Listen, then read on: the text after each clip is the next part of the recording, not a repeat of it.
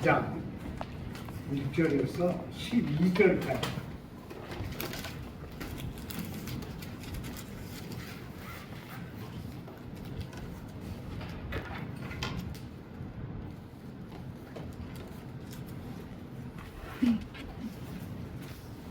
한 목소리로 함께 공부하겠습니다. 헤롯 왕 때 예수께서 유대 베들레헴에서 나시매 동방으로부터 박사들이 예루살렘에 이르러 말하되 유대인의 왕으로 나시니가 어디 계시냐? 우리가 동방에서 그의 별을 보고 그에게 경배하러 왔노라 하니 헤롯 왕과 온 예루살렘이 듣고 소동한지라. 왕이 모든 대제사장 백성의 서기관들을 모아 그리스도가 어디서 나겠느냐 물으니 이르되 유대 베들레헴이오니 이는 선지자로 이렇게 기록된 바 또 유대 땅 베들레헴아 너는 유대 고을 중에서 가장 작지 아니하도다. 내게서 한 다스리는 자가 나와서 내 백성 이스라엘의 목자가 되리라 하였으니이다. 이에 헤롯이 가만히 박사들을 불러 별이 나타난 때를 자세히 묻고 베들레헴으로 보내며 이르되 가서 아기에 대하여 자세히 알아보고 찾거든 내게 보하여 나도 가서 그에게 경배하라. 박사들이 왕의 말을 듣고 갈새 동방에서 보던 그 별이 문득 앞서 인도하여 가다가 아기 있는 곳 위에 머물러 서 있는지라. 그들이 별을 보고 매우 크게 기뻐하더라. 집에 들어가 아기와 그의 어머니 마리아가 함께 있는 것을 보고 엎드려 아기께 경배하고 보배약을 열어 황금과 유향과 모략을 예물로 드리니라. 그들은 꿈에 헤롯에게로 돌아가지 말라 지시하심을 받아 다른 길로 고국에 돌아갑니다. 아멘. 기도하겠습니다.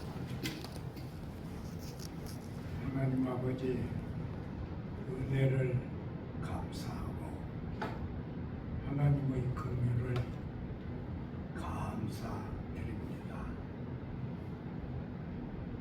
우리의 온갖 지혜를 뛰어넘는 하나님의 은혜와 사랑을 우리는 받고 살지만 깨닫지 못한 채 살고 있습니다. 우리가 활동하고 노력하는 것은 우리에게는 힘들지만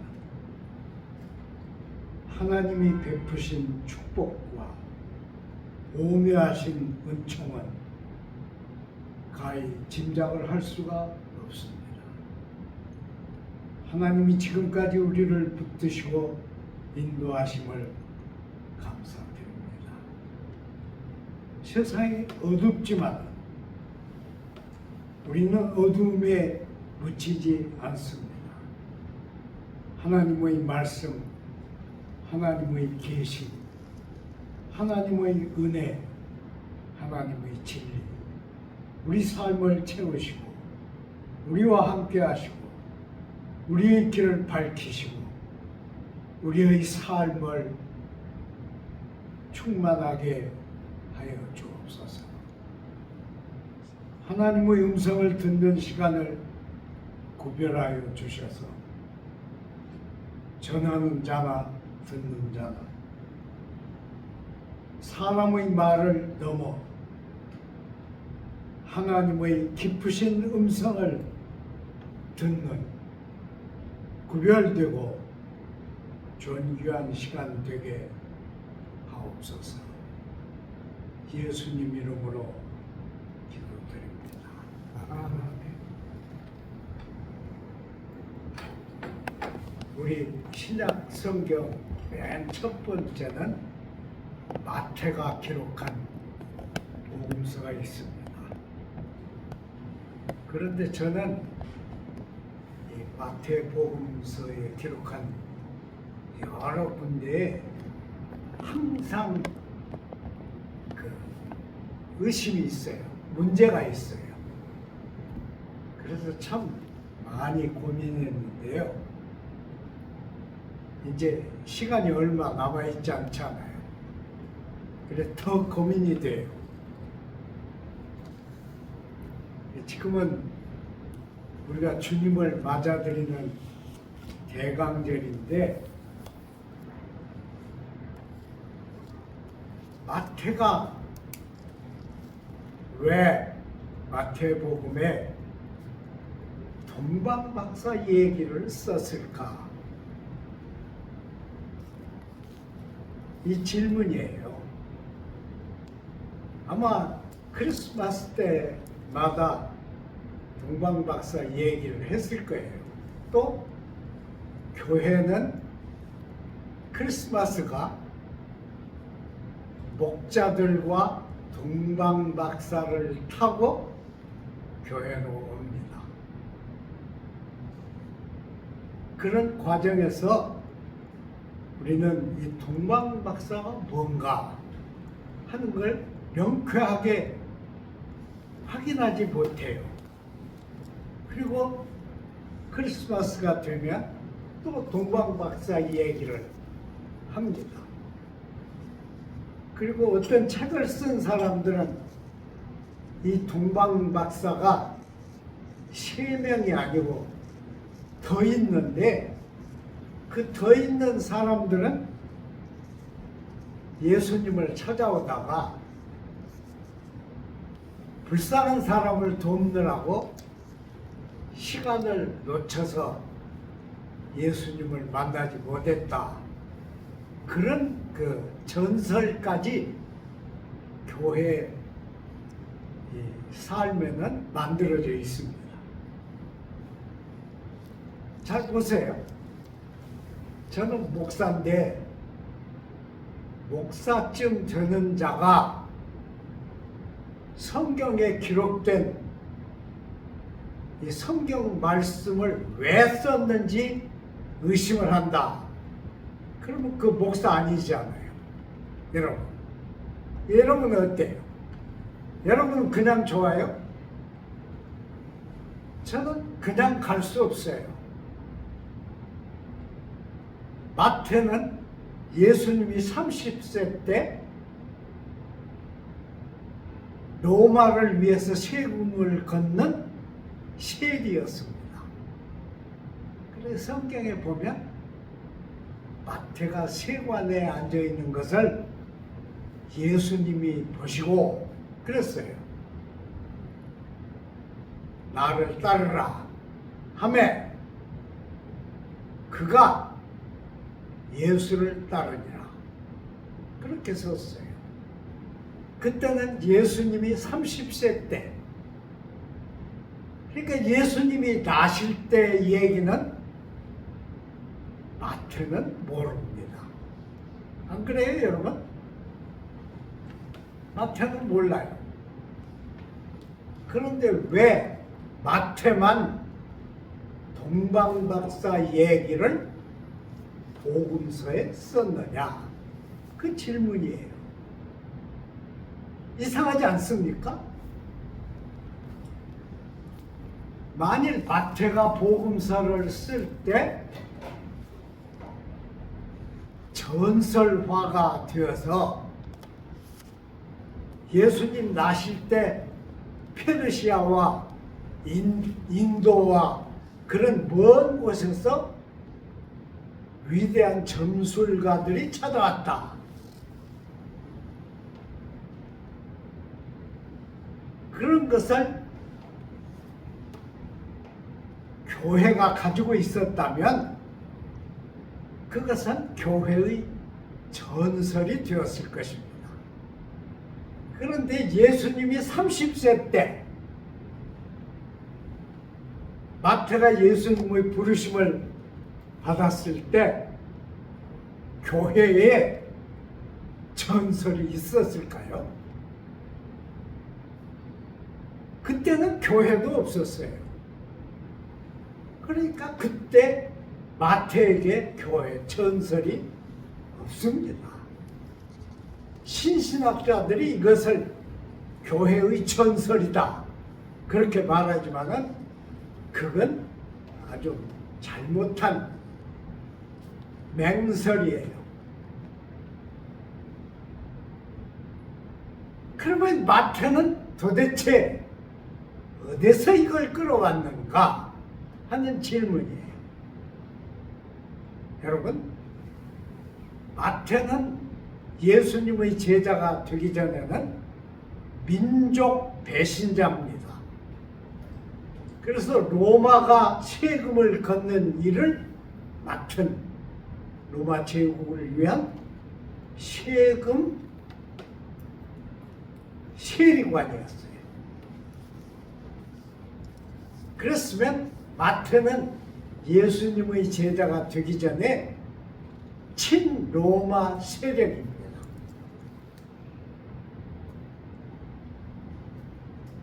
친로마 세력이었던 마태가 예수님을 만나서 근원적인 변화를 받았어요. 자기가 로마를 위해서 세금을 거두는 일 자체를 크게 안타까워하게 되었습니다. 그리고 예수님의 제자가 되어서 따라다녔는데 예수님은 인간이지만은 그 어떤 인간에게서도 볼 수 없는 절대적인 힘을 예수님은 가지고 계셨어요. 우리는 신자들이지만은 예수님의 이 절대적인 힘을 믿지 않습니다. 안 믿어요. 안 믿으면서 믿는 채 하는 것이 현대 신자들입니다. 안 믿으면서 믿는 채 글을 쓰는 자들이 현대 신학자들입니다. 못 믿어요. 세상이 바뀌었기 때문에 못 믿는 거예요. 솔직하게 우리 자신을 하나님 앞에 세우면 우리는 못 믿는 거예요. 그런데 마태는 예수님에게서 직접 그걸 보았습니다. 그러면 예수가 태어날 때 어땠을까? 이 예수란 분이 세상에 들어오실 때 어땠을까? 그것은 어디서 우리가 구할 수 있는가?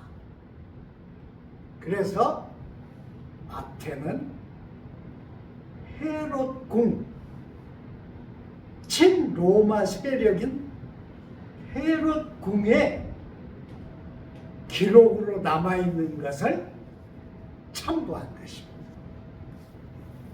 그건 마태가 자기 친분을 이용해서 헤롯 궁에서 비밀리에 간직한 이걸 꺼내서 받은 것이라고 저는 추측합니다. 그건 어디에도 기록이 안 되어 있어요. 그렇지만은 이것은 헤롯 궁중에 있었던 일입니다. 그러니까 동방에서 박사들이 왔는데 적어도 3개 나라의 당시 세상의 최고급 두뇌들인 점성술사들이 온 것입니다. 그랬다면 이것은 로마의 기록에도 남아있고 헤롯의 궁중에도 남아있는 일일 것입니다. 그래서 마태가 이 자료를 얻은 것이라 그렇게 저는 인정합니다. 그렇게 보면 헤롯 궁에 큰 일이 생긴 거예요. 갑자기 외국의 사전들이 엄청나게 들이닥쳐서 유대인의 왕으로 태어나니가 어디 있습니까? 이렇게 물은 거예요. 난리 났잖아요. 그런데 헤롯은 여우보다 더 영리한 사람입니다. 그래서 가만히 박사들을 깊은 곳에 불러다가 얘기를 나눕니다. 대접을 하고 얘기를 나눠요. 그리고 한쪽으로는 이런 위대한 인물이 태어난다면 어디서 태어나겠느냐. 그래서 소선지사에 있는 베들레헴아, 너는 유대에서 작은 고을이 아니다. 내게서 다윗의 혈통을 이을 위대한 인물이 태어날 것이다. 이렇게 했으니까 베들레헴이 틀림없습니다. 그렇게 헤롯에게 아뢰은 것입니다.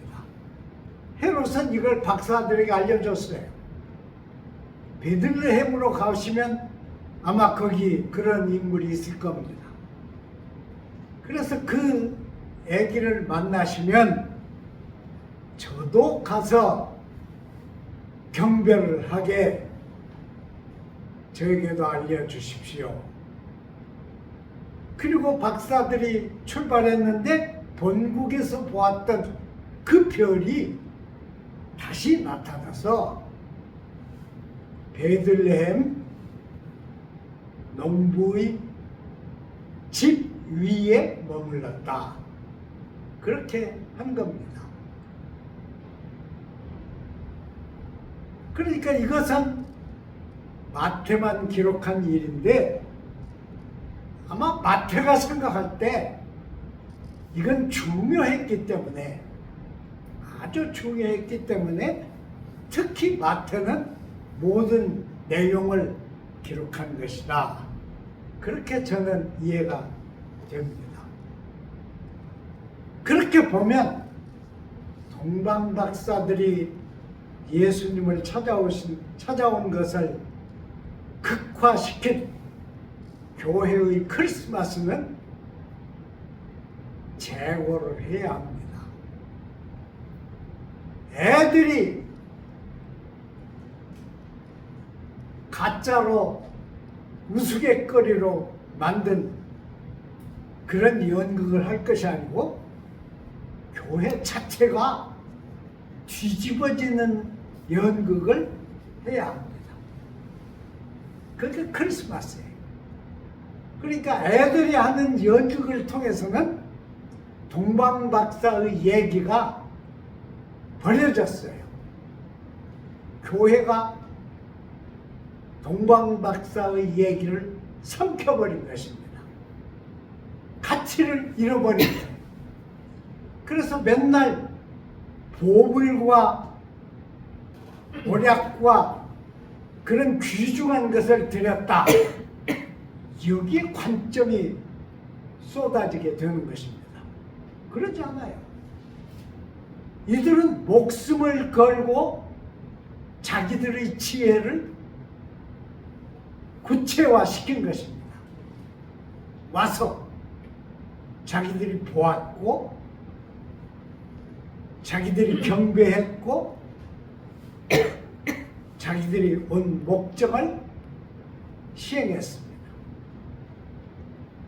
그런데 이 동방 박사들이 만난 아기는 똑같았어요. 아기였어요.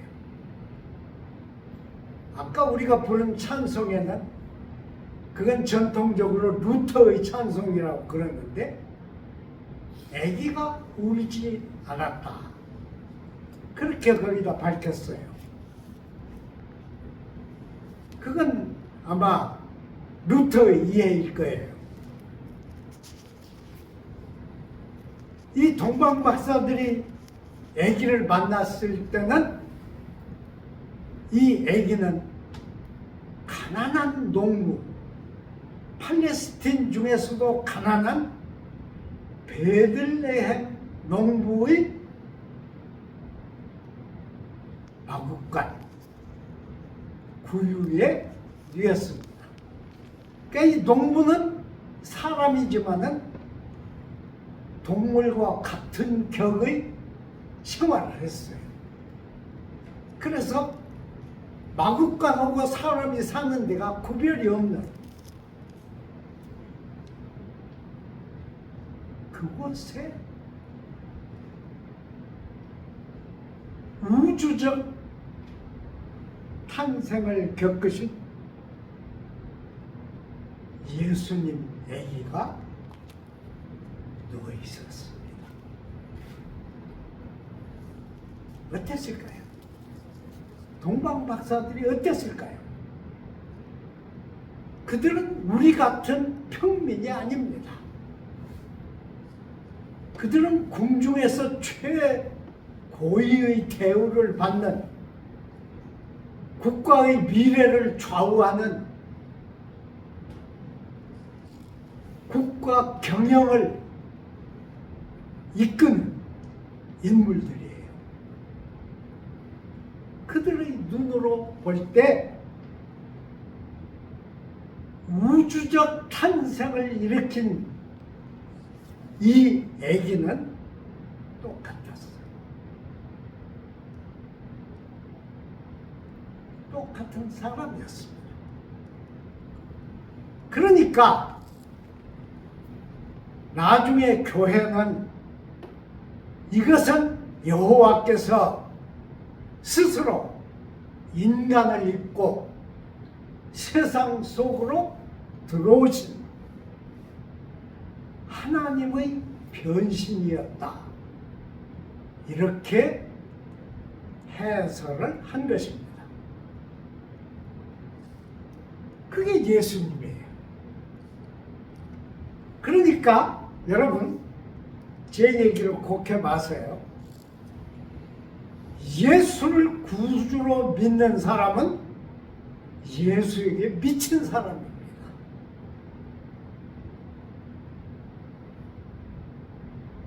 그러지 않고 그냥 믿는 사람은 믿는 것이 아닙니다.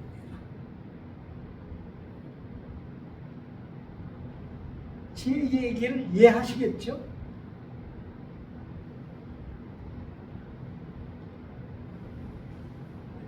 이스라엘 백성들 속에는 위대한 인물들이 많이 났어요. 아브라함, 야곱,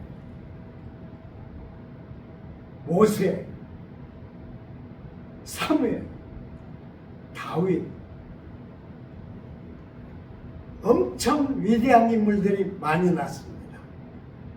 그리고 그들은 모두 아브라함의 언약을 등에 짊어지고 살았어요.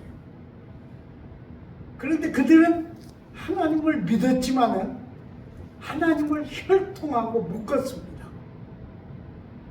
아브라함의 자손만 하나님은 사랑하신다. 그렇게 생각했어요. 그러니까 하나님을 아브라함의 핏줄로 묶어버렸어요. 그것이 이스라엘 경건의 맹점입니다.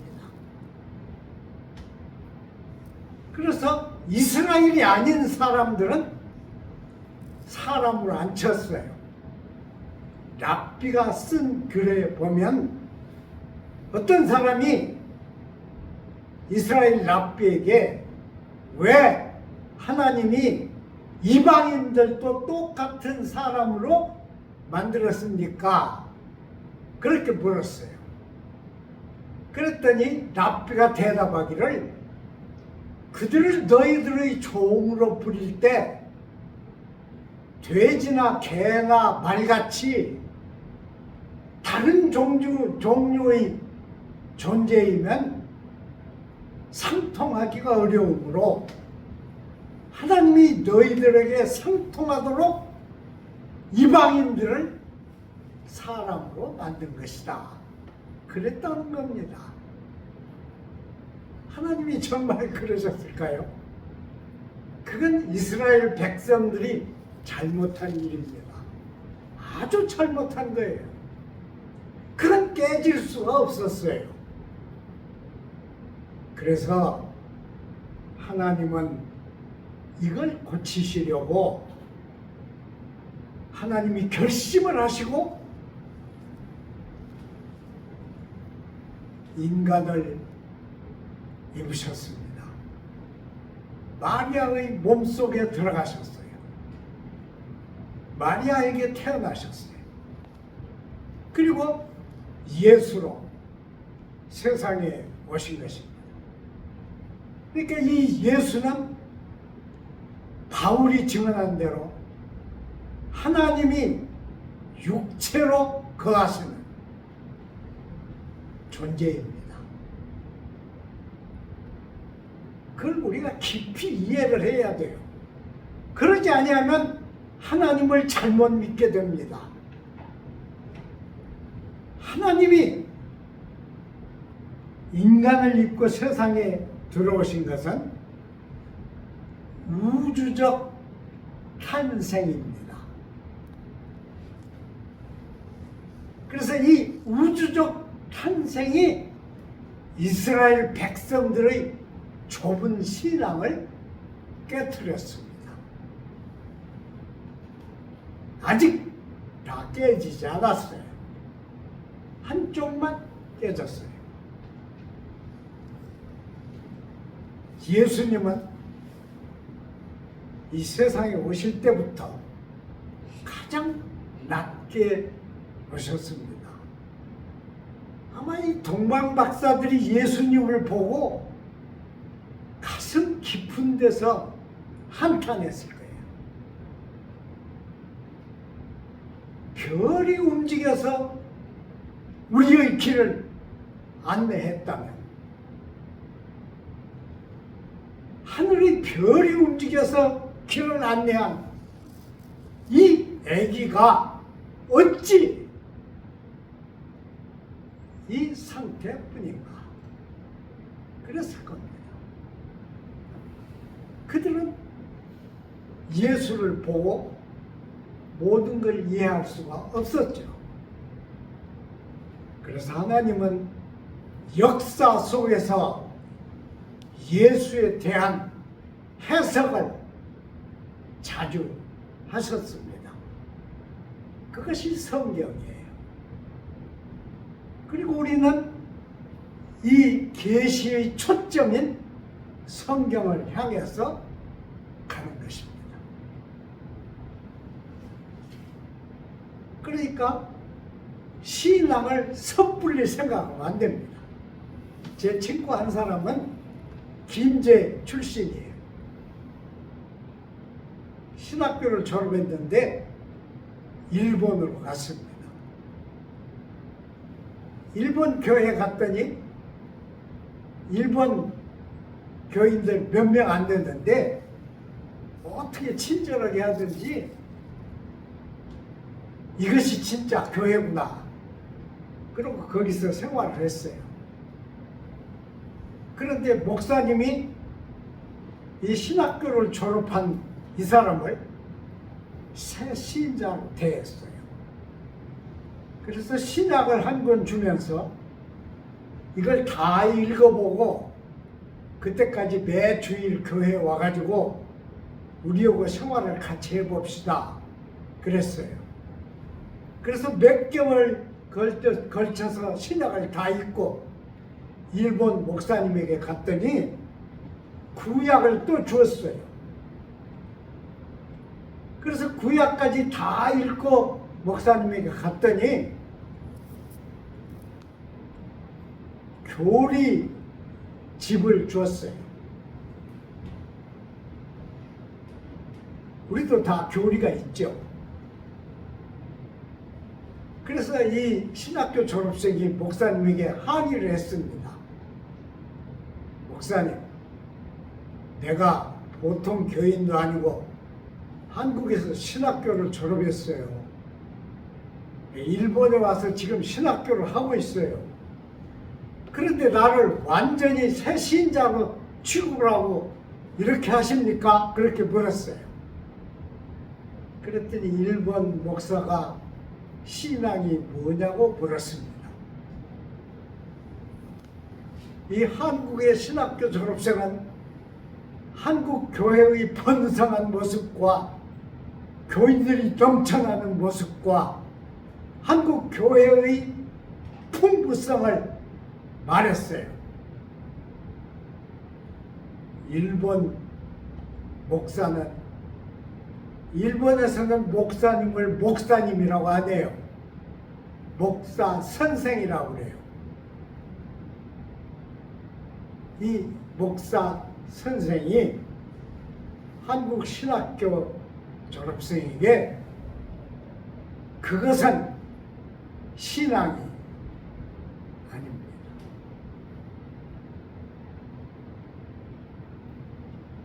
신앙은 예수 앞에서 예수를 받아들이기 이전에 모든 삶을 없애는 것입니다. 그리고 그 순간부터 예수를 대신해서 예수를 향해 사는 것이 신앙입니다. 그렇게 정언했어요. 일본은 지금도 신자가 많지 않습니다. 우리 조영기 목사님은 일본 사람들이 하나님을 안 믿고 귀신을 많이 믿기 때문에 일본은 교회가 안 된다고 말했어요. 그런지도 몰라요. 그러나 일본 신자들은 한국 신자하고 다릅니다. 그러니까 신앙이 제대로 놓인 것이죠. 저는 이 우주적 탄생이라고 하는 것은 하나님만 변화를 가져온 것이 아니라고 믿습니다. 이것은 우주적 탄생을 일으키신 예수님과 만나는 모든 사람들이 삶을 일별하는 것입니다. 구주와 함께 나 죽었으니 그랬죠? 구주와 함께 죽음이 없으면 구주와 함께 사는 새 삶도 없습니다.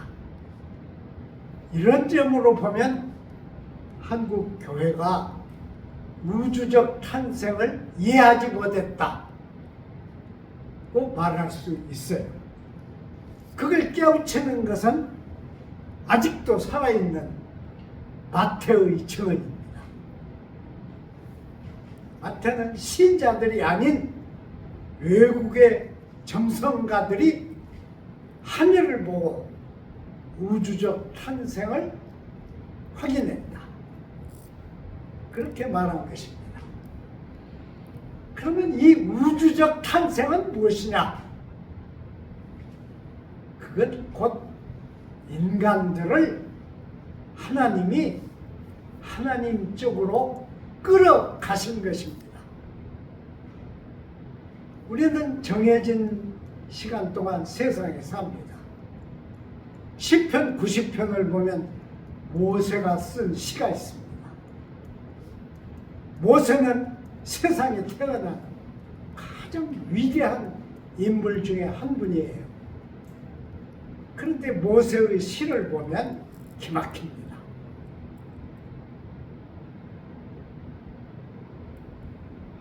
모세는 하나님의 시간을 알았어요. 그와 동시에 모세는 인간을 알았습니다. 인간은 밤의 한 경점과 같다 그랬어요. 없어져요. 그리고 인간에게는 지울 수 없는 하나님의 명령이 있습니다. 그건 돌아가라 하신 말씀이에요. 모세가 그랬어요. 돌아가라 하시니 우리는 신속히 지나가나이다. 인간은 다 그래요. 그런데 모세는 죽어도 하나님을 향해서 죽었어요. 그래서 우리가 한탄하고 괴롭고 힘들었던 모든 날수대로 우리를 채워 주옵소서 그랬습니다. 언제 채우라는 거예요? 우리 시간은 다 가는데 어디서 채우라는 겁니까? 그게 우주적 탄생을 일으키신 하나님의 변화 속에서 채우라는 말씀입니다. 거기만 참된 사바트가 있고 참된 자유가 있고 진정한 생명이 있고 영원한 꺼지지 않는 불꽃 영원한 생명이 있습니다. 그것을 우리에게 나누어 주신 분이 주님입니다. 주님이 오신 거예요. 그러면 밥 한 끼 먹고 한 잔의 포도주를 마시고 즐거워하고 끝날 일이 아니에요. 선물을 주고받고 끝날 일이 아닙니다. 이것은 우리의 생이 뒤집어질 일입니다. 이것은 우주의 혁명입니다. 그 혁명 속으로 우리는 부름을 받은 것입니다. 우리가 들어갈 거예요. 우리는 거기를 향해서 갈 거예요. 그것이 우리의 발걸음입니다. 기도하겠습니다. 거룩하신 하나님, 하나님이 우리를 부르셔서 예수의 제자가 되게 하셨습니다. 우리는 일생 예수를 주라 말하며 주를 사랑한다, 주만 사랑한다 말하지만 아직 주님을 잘 모릅니다. 주님을 마음으로 만들고 생각으로 만들고 욕심으로 만들면서 그 주님을 우주적 탄생을 일으키신 예수와 바꾸고 있습니다.